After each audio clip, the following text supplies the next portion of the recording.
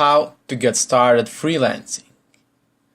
In this lecture, I'm going to give you a free total tips, a really valuable tips on how to get started freelancing the right way. Building a successful and well-paid freelancing career in your home, in your apartments is easier than you think. People are thinking that to become a successful freelancer or an entrepreneur, online entrepreneur in general, you need to be absolute expert in your specific audience and know everything, and that's absolutely wrong. Alright, so the first tip is build your brand, which is probably the most important thing in your freelancing career. Your brand is your identity, your own website, blog, social media presence, being active on forums, etc. I'm going to show you how to create a website, your own website and a blog in a future lessons, but you should keep in mind that building your own website or blog gives you a brand in the specific niche of yours. And being active on social media is also a very good thing to do.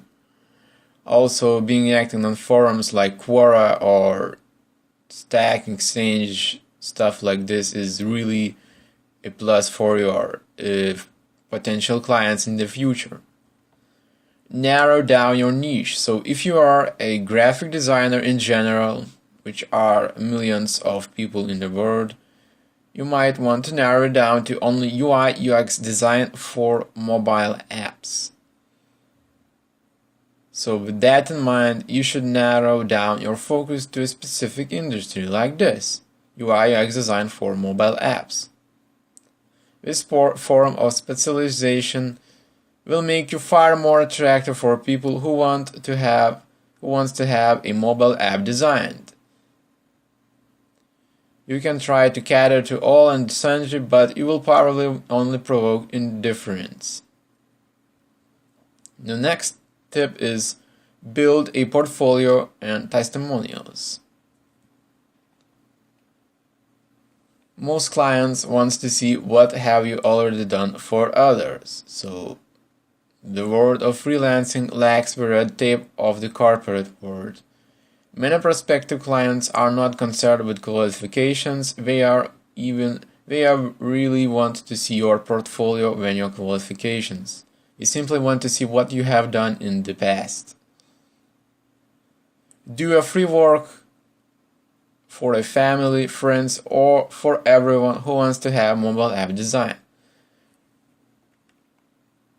This way you are going to create your portfolio and even a testimonials for your future freelance career.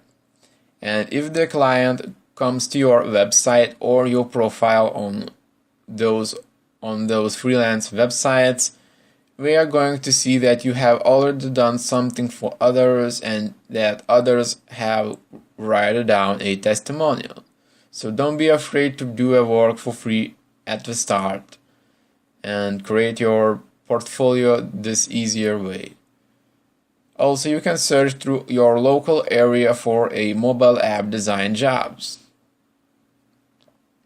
So look at where you hang out and frequently.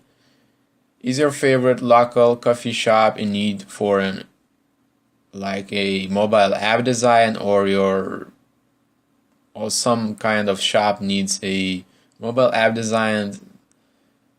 So let people know you are trying to build a portfolio, so you are willing to do a work for them for a lower price or actually absolutely for free. Another tip for building a portfolio is very useful for you as a UI UX designer for a mobile app. Create a fictional work for a local shop, for a fictional app of yours, or any type of mobile app design you just got into your head. So we have learned about how to come up with your own app idea, how to design your app in Adobe Photoshop, and how to work with a UX specifics to create your mobile app design. So in this case, you can create any fictional work for any fictional mobile app. So the client who comes to see your portfolio, he's going to look at them and he's going to draw some attention that you have already created something. The next thing is redesign existing mobile app. Well, this one is really good for us as a UX designers for mobile app. So, and also as a UX designer, you also should explain why you done this, and this, and why you made those changes to the existing app.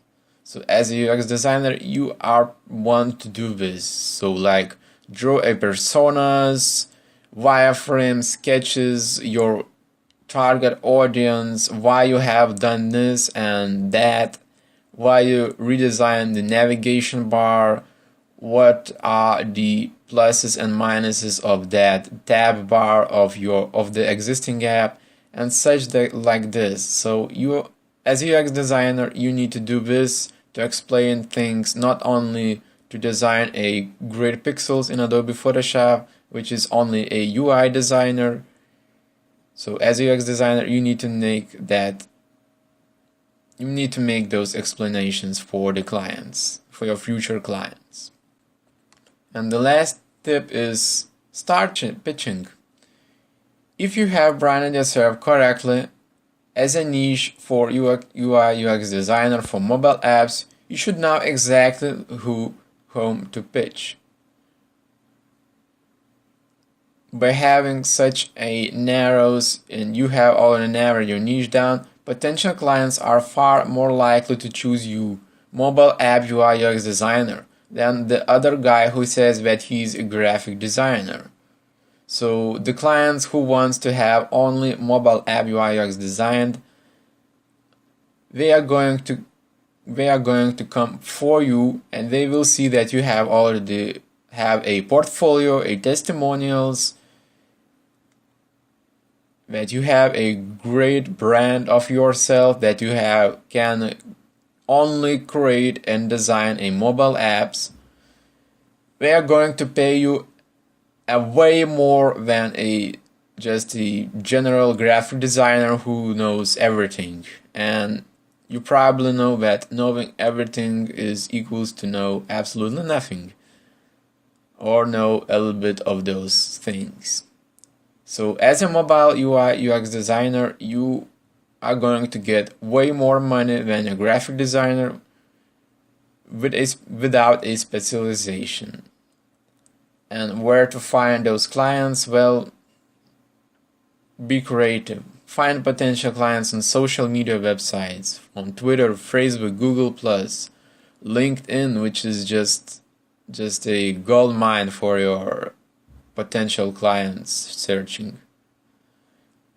All the forums, like I said before, Quora, Googling, everything, or even going house to house in your local area and offering a mobile app design.